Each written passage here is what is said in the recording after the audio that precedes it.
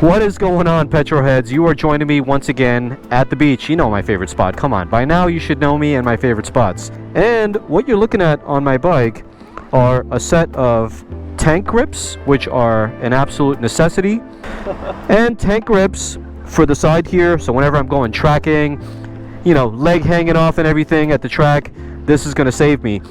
So today's video is mostly about why I bought my R6. But because this is also a build series, it doesn't make sense for me to just create a video for this. It'll take 2 minutes and then we're done. So we're going to install this first, and then after that we're going to take off. And I'll tell you guys why I bought my R6. There's so much more to this motorcycle than the CCs and the amount of horsepower. So we're going to get into all that in this video.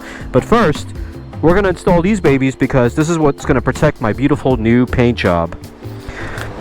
So we want to get this in the center. I hope this is the center. Alright guys, what do you think? Do you think that looks good? Alright. There we go.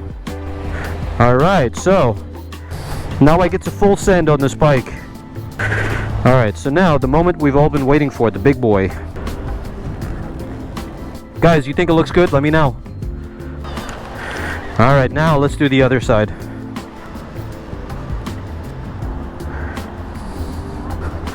Alright, one last thing to do.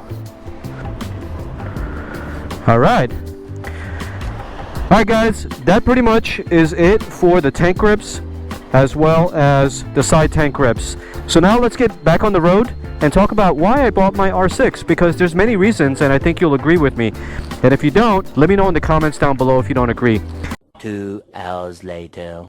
So as I was saying, I had my friend's 600 class motorcycle for a few days now. And I gave it back to him, and it kind of left like an empty spot for me because the 600 class motorcycle had left a really big impression on me. I've always been a fan of the Japanese motorcycles, although I never owned one. Now, let's go back all the way back. Let's go all the way back to my riding journey so far. I've only been riding less than a year, but I've mostly been riding European motorcycles. So I had to eventually cross over to the dark side and get a Japanese motorcycle, right? So this is it. This is the reason why I got a Japanese motorcycle, because a lot of my fans up until now have been European motorcycle enthusiasts, mainly the Ducati stuff. A lot of my subscribers, if you're watching, you're probably a Ducati fan. But give me a little bit of time, because I can convince you that the other side, the dark side, is not so bad, and it's actually pretty exciting. Dark side being Japanese, which you probably haven't considered before. But I gotta say, the Ducati stuff is really exciting for me, and it's how I got into it because it's just such an amazing brand. But the Japanese motorcycles have something that Ducati doesn't, and Ducati has something that the Japanese motorcycles don't. With the Japanese motorcycle that I'm riding right now, Yamaha R6, this thing screams to 16,000 RPM, and it sounds like an F1 car with the proper exhaust. And I already ordered the exhaust for it, so you're going to be seeing that sometime soon. But I got a full Leo Vence exhaust coming. I know, it's crazy because Leo Vence is an Italian brand, but they make this awesome system for the Yamaha, and it reduces the weight by 13.4 pounds. So really looking forward to that. Yeah, so whenever I rode my friend's ZX6R, I just loved the way it sounded, man. I was always interested in that F1 Yamaha or Kawasaki sound. I always loved it, always wanted it. But when my friend gave me the keys to his motorcycle and I had the bike for an entire week, I got sold. And it was a tough decision between the ZX6R and the R6. Whenever I rode the ZX6R, me and my friend went to the canyons, and there was this guy, he had an R6, and I took one test ride on it, and I think that was it for me. The guy was really nice. He knew that I wanted to ride one so badly, and my friend Mike vouched for me. He was like, yeah, this guy's cool, man. I let my bike to him for a whole week. He's safe. He's not going to do anything stupid. So I got that bike, and I went up this place called The Playground here in San Diego. Nice curvy road, and I had so much fun with it. It was nice and tossable, very light, very smooth. Not overwhelming, no drama, none of that. It was just such an easy to handle bike, and I fell in love with it, and mostly the sound. That sound was, oh, it was so addictive, man. 16,000 RPM and that sound makes the hair on my back stand up. So after I got back home, I did a lot of thinking. I did a lot of thinking, and after some thought, I was like, I gotta purchase an R6 because I fell in love with the motorcycle. The one he gave me was a 2017. It had a slip-on exhaust, but it still sounded amazing. And then I started doing some research on the motorcycle, and I noticed that third-party products were dirt cheap for this motorcycle. I can literally put a quick shifter on it that has auto blip and everything. With all the parts I want, it'll only be a couple $1,000s more, and I can have like the perfect bike that weighs under 400 pounds whenever I'm done with it. So just in case you're just tuning in for the first time, I am doing a full build for this bike, so make sure to stick around for that. Make sure to like this video, make sure to subscribe. My intention for this motorcycle is to make it one of the lightest R6s, to be under 400 pounds wet. I already weighed the bike, and it weighs 418.4, so that's a good basis of comparison right there, and it can only get better from here. So the exhaust that I'm going to install is going to take off 13.4, and I got a whole bunch of stuff planned for it, so make sure you're subscribed and make sure you stay tuned.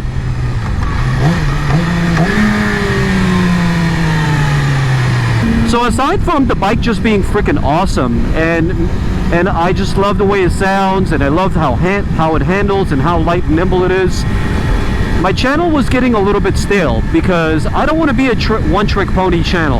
I want to cater to all audiences. I'm not one of those guys that has his nose up in the air and thinks that only Ducatis are the best.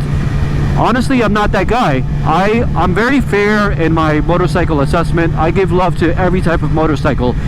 I don't care if you ride a Hayabusa or a Ninja 400.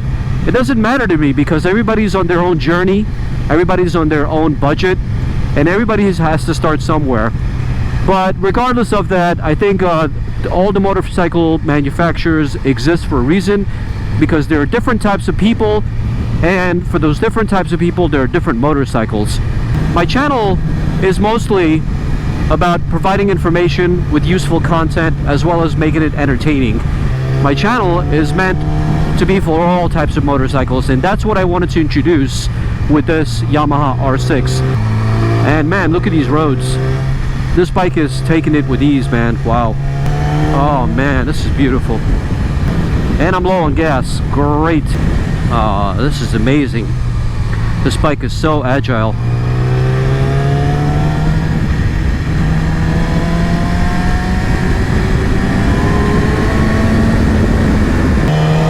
So the other reason why I got another motorcycle or a Yamaha for the channel is because I'm a YouTuber, and as a YouTuber I always need to provide fresh content.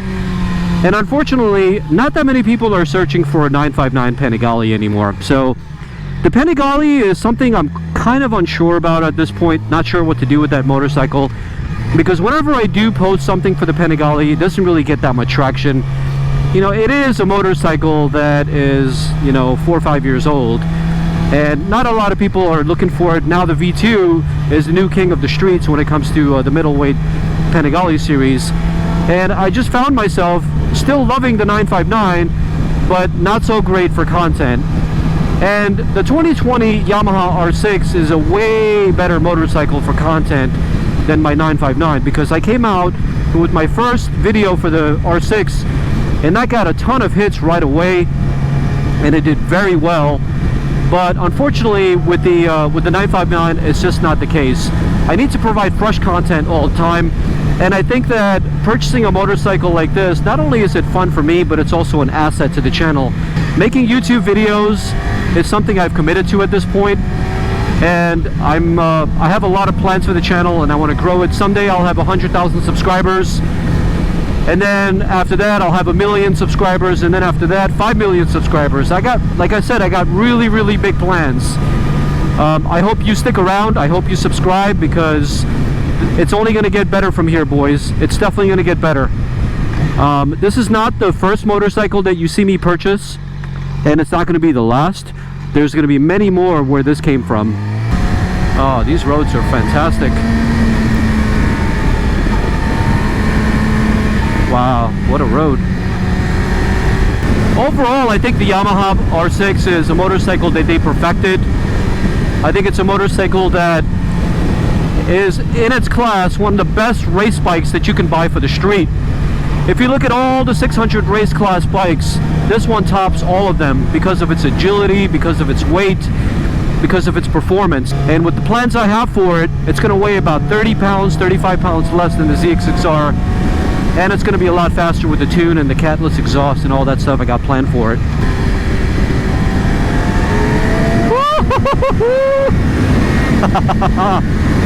Oh man.